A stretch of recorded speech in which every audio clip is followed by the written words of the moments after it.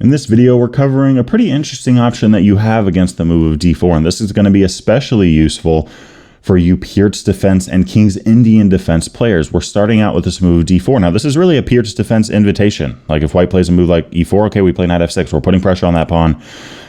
You might see a move like knight c3 here. You can go for a mainline Pirc, or you can go for a Czech Pirc with the move c6. By the way, I recently released an over 6-hour course on the Czech Pirc Defense, and I will leave a link to that down below. Great chess opening option for black. So much flexibility.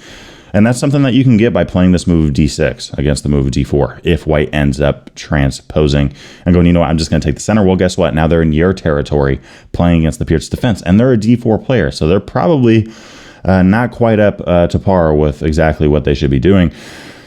If we see a move like c4, this is really when we have the English rat come out. And this is what this video is all about, right? The English rat defense, playing this move of pawn to e5, and this is surprisingly very sound.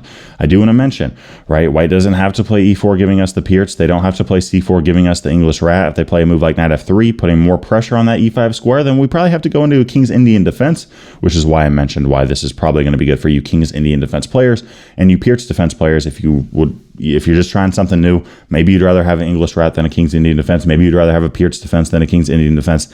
This is a simple way to invite that, right? By changing up your move order a little bit. If we see the move c4, we're now going to play e5. We're going to be going over the 3 most popular options that we see in online chess from the white side. First off, the 3rd most popular move from white, d5. In this case, there's a good number of moves you can play, knight d7 being very sound. I kind of like f5, just expanding on the king side. This performs very well. Black gets great results with this. White should play e4. How many are going to do that? Not a lot. I mean, that's just not a very human move, just giving up the pawn and then going, you know what, I'm gonna try to get it later. Who does that? And even if they do play it correctly, at the end of all this, bishop f5, I feel fine here. I feel like we have a great game. And if white goes with the most common knight c3 and they just continue with bishop g5, this is how white usually plays it.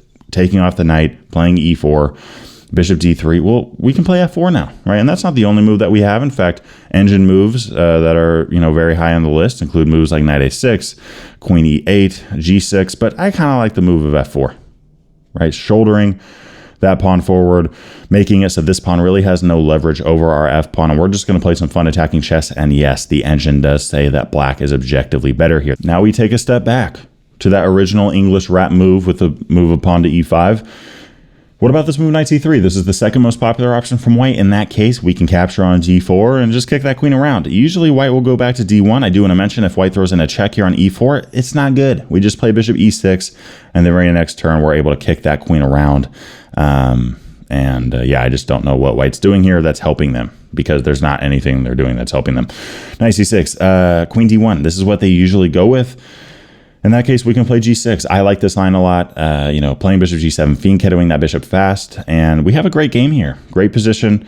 Fianchettoed bishop, that's an absolute monster. And I do want to mention this move, bishop g5. This is the most popular move.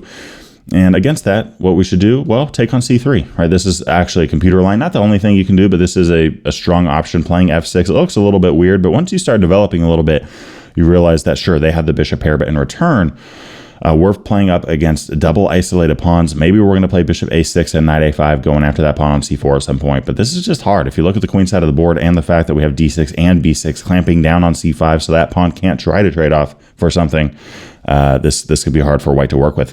Going back to e5, the most popular move, and I really only recommend the English rat if you like this line, white capturing on e5, and then being able to capture off our queen. Now in this position, the engine does say that black is better. Black has an objectively better position. And if you prep this position, if you know what you're doing here, and you look at games, you look at Master Grandmaster games, you do the theory on this, you're actually going to have a much, not just the objective advantage, but the subjective as well, because your opponent's not going to be comfortable here. They're not going to know what the heck they're doing. In most cases, white will take on d8, the large majority of cases. But what happens if we see queen to c2? Well, in this case, let's play knight c6. Let's develop our queenside pieces. Play a move like knight f6.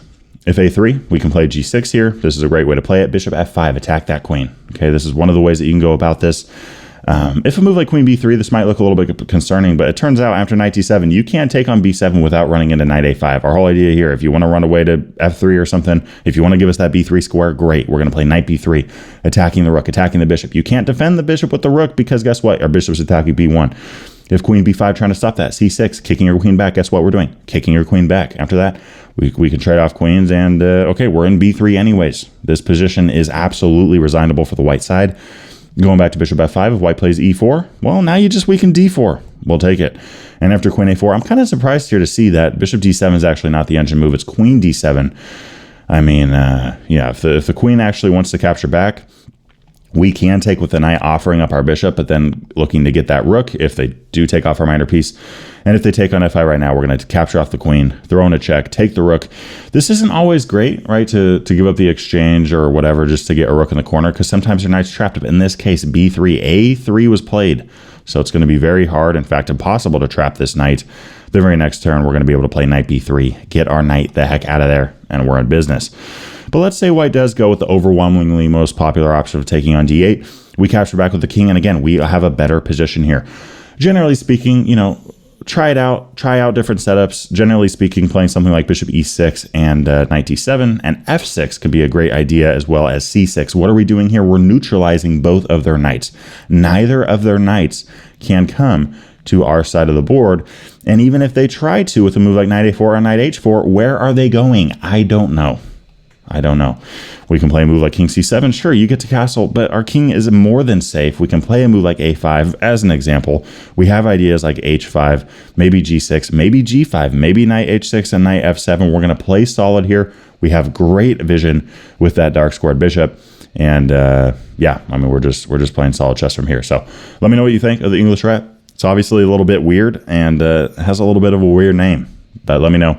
Subscribe to this channel if you want to get more opening content, and I'll see you on the next one. Peace. Thanks for watching today's video. I wanted to give a big shout out to my Patreon supporters for the month of October in 2024. If you guys haven't checked out the Patreon before, there's some exclusive benefits that you gain by becoming a member. And if you join, I look forward to seeing you over there. Subscribe for more content, and I'll see y'all in the next video. Peace.